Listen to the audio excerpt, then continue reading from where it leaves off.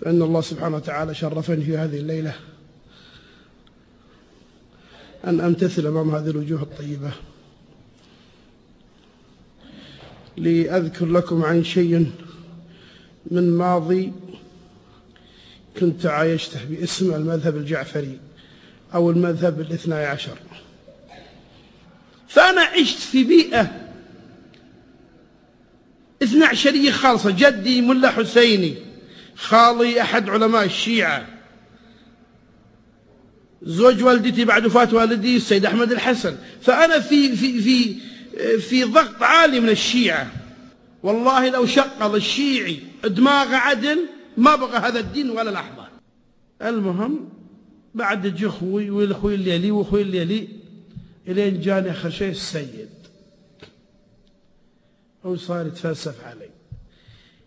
قلت له أنا لما سألتكم قبل قلت لكم أنها للسنة والجماعة، أكلم السيد الحين دائما يقول إني رافضي، ولما سألتكم عن كلمة ما معنى رافضي قلتوا لي أنت رفضت الباطل وبغيت الحق.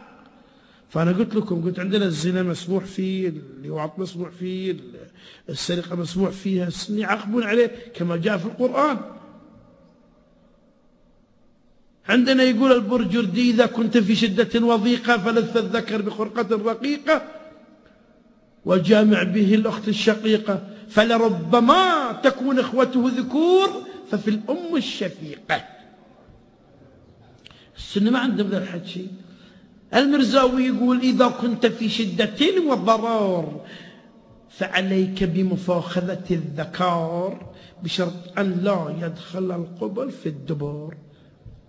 السنة ما عندهم ذا الحكي. السيد عباس يقول إذا إنسان سرق مبلغ يشتري بالأولاد شيء أكل ولا يسدد إيجار بيت، هذا اسمه سارق، هذا ما يقال له سارق. وعند السن يقطعوا يده، ما يصلح، مو هذا دين. فالسن يطبقون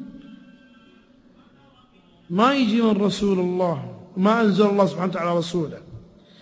قال لي يعني مصمم أحد مال ليهم يقول حنا ما نقيس الأبيض بالأسود، ما يتفقوا ولا يتفق الكريم والبخيل في آن واحد، ولا الليل والنهار في آن واحد، ولا الجبار والشجاع في آن واحد.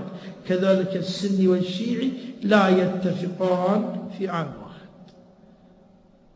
كل عدو تصفى مودته إلا من عاداك في الدين، فالذي يعاديك في دينك تقدى به قبل أن يتعشى بك.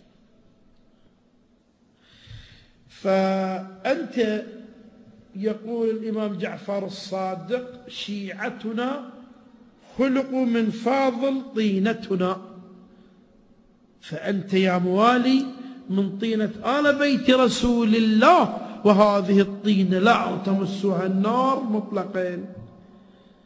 ولما قال الله جل وعلا نار وقودها الناس والحجارة، الناس هم السنة، والحجارة هي دار السقيفة التي غيرت نهج الإسلام. فإذا كنت متوضئ وعلى طهارة وصافحك السني ويده فيها بلل فقد انتقض وضوءك. والعكس، إذا كنت على طهارة ويدك فيها بلل وصافحت السني أيضا انتقض وضوءك. وعندما تكون كلتا اليدين ناشفتين فما بين اليابسين نجس فوضوءك وطهارتك صحيحة. فهم يعتقدون كما ذكر مالين بأن السن نجس، واليوم الحكم للوهابية مثل ما قال. ولكن الشيعي كما قال السيد ناصر يقول يوم القيامة تأتي فاطمة الزهراء على كرسي من نور تنادي شيعتي من انتقم لي ممن كسر أضلاعي، ممن قتل ابني، ممن حرم آل بيتي من الماء. هذا يقول، الحين الشيعة يردون عليه يقولون هذا يقول أنا قتلت، هذا يقول أنا أقرقت في النهر، هذا يقول أنا صدمت بالسيارة، هذا يقول أنا وضعت السم في الطعام. بعد ذلك تحتضنهم مولاتنا فاطمة الزهراء فردا فردا. من يحصل له تحتضن فاطمة الزهراء.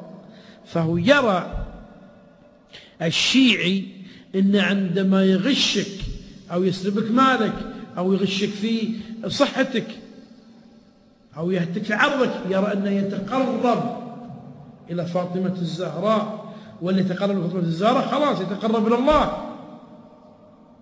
فهو يرى هذا من واجبه الديني. فهم بارك الله فيك. هذه بالنسبة، فتتجنب الحذر من لا تاكل وياه مثلا، أو لا يكون تاكل من طعامه ويسويه، وتتعاملهم يعني كأنك تتعامل مع، جزاك الله خير، كأنك تتعامل مع سلك كهرباء عريان تخاف لا يشفته.